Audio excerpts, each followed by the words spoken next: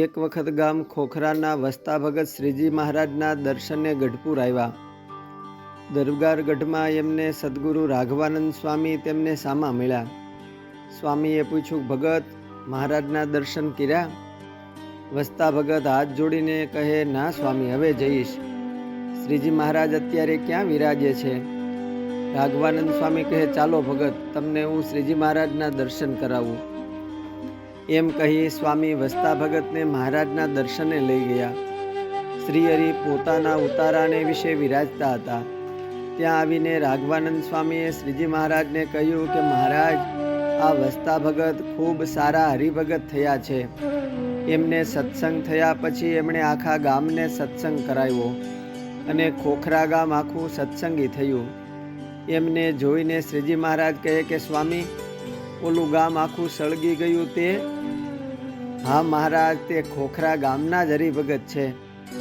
ત્યારે પ્રભુએ પૂછ્યું, ભગત તમને સત્સંગ કેમ થયો?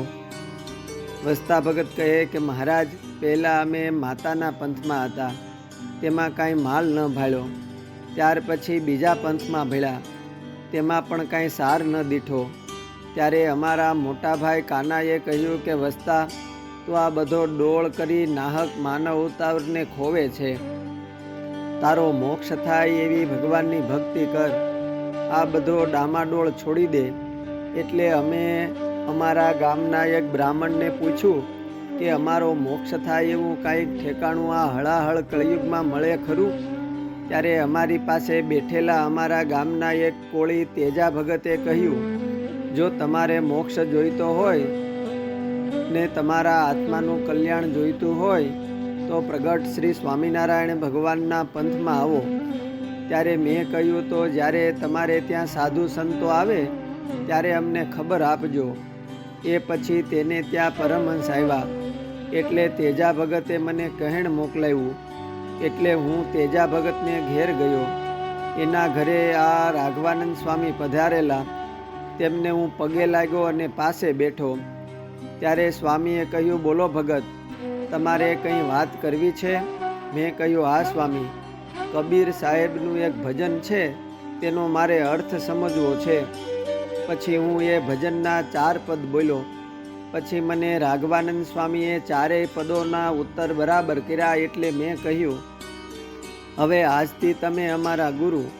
અત્યાર સુધી કોઈએ અમને સમજાય એવો ઉત્તર કર્યો ન હતો, માટે હવે તમો અમારા ગુરુ થયા તો અમારા ઘરે ઉતારો કરશો ને?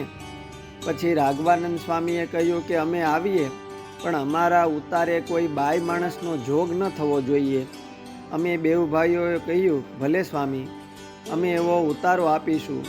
એ પછી સાધુ અમારે ઘેર આવ્યા અને અમને વાતો કરીને કહ્યું કે હવે કોઈ પંથની વાત સાંભળવી નહીં અને કીર્તન બોલવા, તો મુક્તાનંદ સ્વામી બ્રહ્માનંદ સ્વામીના કરેલા બોલવા, જે કરવાથી તમારા અનેક જન્મોના પાપ બળી જશે.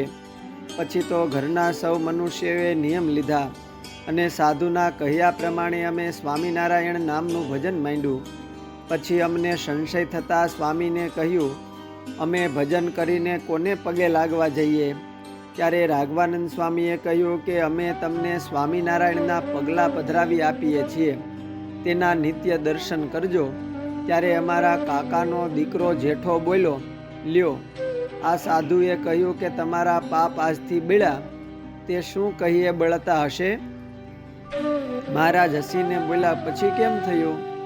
ત્યારે વસતા ભગતે કહ્યું, પછી શું, ઘર સળગી ગયા. મેં કહ્યું કે લ્યો, આ પ્રત્યક્ષ થયું, આપણા પાપ બળ્યા. પછી તો સગાવાલા આવીને કહેવા લાગ્યા કે તમે સ્વામિનારાયણની કંઠી બાંધી, તેથી તમારું ગામ બળ્યું. તે તમે સ્વામીના થયા તે શું સારું થયું? હજુ મોડું નથી થયું. એ કામણગારાની કંઠીઓ કાઢી નાખો તો હજી તમારે ઘણું સારું થશે.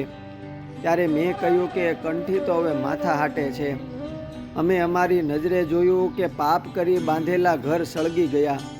હવે અમારો નવો જન્મ થયો છે. હવે તો માથા સાટે આ કંઠી છે. મહારાજે કહ્યું કે તમારા ઘર સળગી ગયા તે તમને કાંઈ વસમું ન લાગ્યું? ત્યારે ભગત કહે કે ના મહારાજ, આ લોકના પદાર્થ માત્ર નાશવંત છે, પણ કલ્યાણ કે ઠેકાણે મળે, એમ જાણીને અમે સત્સંગ રાખ્યો છે.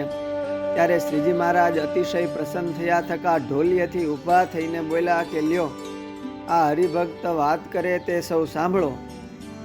પછી વસ્તા ભગતને કહ્યું કે ભગત, તમે એ વાત ફરી કરો. ત્યારે વસ્તા ભગતે ફરીને વાત માંડી.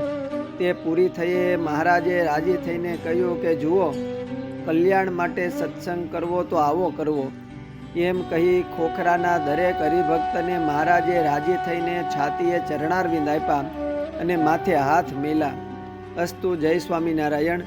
શ્રી હરિ ચરિત્રમમાંથી.